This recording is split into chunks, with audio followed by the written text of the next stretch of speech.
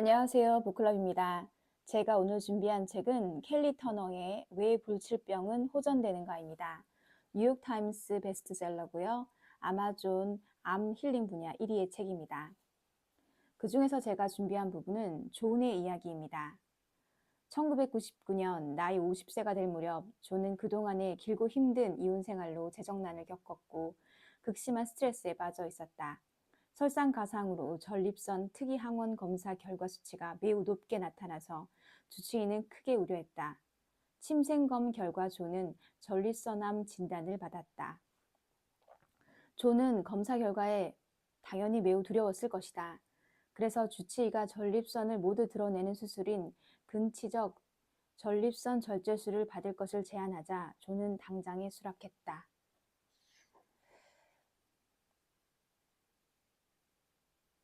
수술은 성공적이었고 다행히도 전립선 특이 항원 검사 수치는 측정할 수 없는 수준으로 떨어졌기에 더 이상 호르몬 치료나 방사선 치료는 필요 없게 되었다. 존은 마음이 놓였고 6년 가까이 재발 없이 지낼 수 있었다. 하지만 그는 수술 부작용으로 비뇨기 기능과 성기능이 심하게 손상되어 매일 고통을 겪었다. 전립선암 환자의 죽음에 대해 다룬 책을 본 기억이 나서 서점에 들렀어요. 전립선암이 어떻게 진행되고 결국 어떻게 죽게 되는지 알고 싶었지요. 이때 패트릭 킬레인의 책 암을 이기는 영양요법을 발견했어요. 그래서 생각했죠. 좋아, 이거 한번 해봐야겠군. 책을 읽으면서 암세포가 글루코스 대사물질과 밀접한 관계가 있다는 것을 알았어요. 저자의 표현에 따르면 암은 당분의 포식자라는 거지요. 그래서 저는 그 즉시 식단에서 당분을 모조리 빼버렸어요. 그때 딱 끊었죠. 당분을 빼고 2주 정도 지나고 나니 단 것을 먹고 싶은 생각이 싹 사라지더라고요. 그리고 나서 전립선 특이 항원 검사를 받으러 갔는데 수치가 떨어지기 시작했어요. 테스토스테론은 암을 진행시키고 당분은 암세포에 먹이를 줘요. 그래서 고안해낸 것이 암세포를 굶겨서 면역세포가 그것을 죽이도록 하는 거예요. 다시 말해 존은 연구자들이 최근에야 발견한 사실을 일찌감치 알았다는 것이다. 바로 전립선암이나 유방암은 한 가지 유형이 아니라 치료에 따라 다르게 반응하는 다양한 유형이 있다는 점이다. 어떤 종류의 유방암, 전립선암에는 유기농, 비유전자 조작, GMO, 에다마메가 항암 효과를 보일 수도 있지만 다른 유형에는 암을 촉발시킬 수도 있다는 것이다. 이와 비슷하게 존은 아마유에서 리그난을 걸러서 깨끗한 기름만을 섭취했을 때 전립선 특이 항원 검사 수치가 떨어진다는 것을 알아냈다. 그는 전립선 특이 항원 검사 수치를 잡기 위해 정기 검사를 통해 나타난 시행착오 과정을 면밀히 관찰하여 스스로 맞춤식 식단을 개발했다는 것이다. 그가 추천하는 가장 좋은 실천 방법은 자신이 만들고 조리하고 찐 음식이 아니라면 먹지 말라는 것이다. 그가 추천하는 가장 좋은 실천 방법은 자신이 만들고 조리하고 찐 음식이 아니라면 먹지 말라는 것이다. 존은 블루베리 가루와 스테비아만을 감미료로 사용하고 있었다. 그래프를 보면 놀랄 거예요. 오르락내리락 하죠. 수년간 3개월에 한 번씩 검사를 했어요.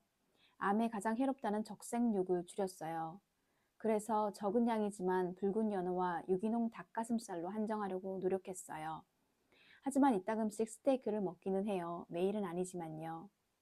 제가 읽은 내용에 따르면 적색육과 유제품이 면역 체계를 약화시킨다는 게 문제였어요.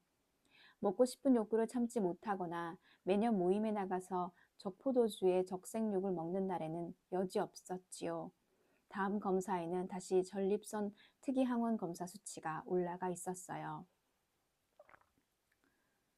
긍정적인 마음가짐이 정말 중요하다고 생각해요. 어떤 자세로 임하느냐가 중요하다는 거죠. 암이라는 녀석에게 휘둘리지 않기로 단단히 결심했어요. 거꾸로 제가 그것을 손안에 쥐고 넣고 주무를 거예요. 암은 떨어지지 않는 감기와 같아요. 암이 있지만 더 이상 두렵지 않아요. 그냥 성가신 것 뿐이에요. 때로는 짜증나기도 해요. 스트레스 받을 때면 심호흡을 하거나 명상을 해요. 호흡을 통해 밖으로 다 내보낼 수 있어요. 저는 모든 사람이 암에 걸려 있다고 생각해요. 동시에 각자의 면역 체계는 암과 싸우고 있어요. 만약 우리의 영양 상태가 면역 체계를 악화시킨다면 당신은 암에 걸릴 거예요. 당신의 몸이 암세포와 계속해서 싸우고 있지만 특정한 순간에 암이 면역 체계를 압도할 수도 있어요. 면역 체계가 얼마나 강한가에 달려 있지요. 만약 면역 체계가 약하다면 그때는 어쩔 수가 없어요. 우리 입속에 들어가는 모든 것이 면역 체계에 영향을 미칠 수 있어요.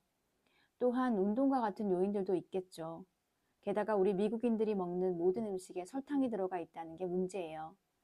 너나 없이 모두 암세포에게 계속 먹이를 주고 있는 거죠. 우리의 면역 체계가 적응하지 못한다면 조만간 암이 우리를 삼켜버릴지도 모를 일이에요. 돌이켜 생각해보면 지금 알고 있는 것을 그때도 알았더라면 조는 달랐을 거라고 말했다. 첫째로 암 진단을 위해 침생검 대신 초음파 검사, 전립선 특이 항원 검사와 기타 혈액 검사를 병행했을 것이다. 게다가 비뇨기 기능과 성기능에 심각하고 영구적인 부작용을 가져올 전립선 제거 수술에 동의하지도 않았을 것이다. 또한 방사선 치료와 호르몬 치료에도 동의하지 않았을 것이다. 그가 보기에는 이 두 가지 다 면역 체계를 무너뜨릴 수도 있는 것이다. 이러한 치료 대신 처음부터 식단 변화, 면역력을 높이는 보조제 섭취, 주기적인 운동, 의식적인 스트레스 해소 등으로 전립선 특이 항원 검사 수치를 잡으려고 노력했을 것이다. 존의 생각은 이렇다. 그건 정말로 간단해요. 당분은 암의 먹잇감이에요. 그리고 테스토스테론은 암을 진행시키지만 우리의 면역 체계는 암을 통제하거나 죽여요. 그래서 우리는 면역 체계를 향상시키고 당분 섭취를 줄이면 돼요. 간단하죠. 정말 싫어요. 원할 때 아무거나 먹을 수 없다는 건 끔찍한 일이에요.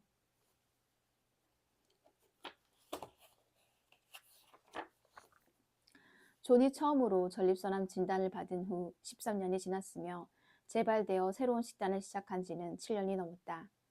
존은 이따금씩 최근의 검사 결과를 알려주기 위해 나에게 이메일을 보내온다. 자신의 엄격한 식단을 질색하면서도 삶을 더 사랑하는 존을 떠올리면 미소가 절로 나온다. 실행 단계.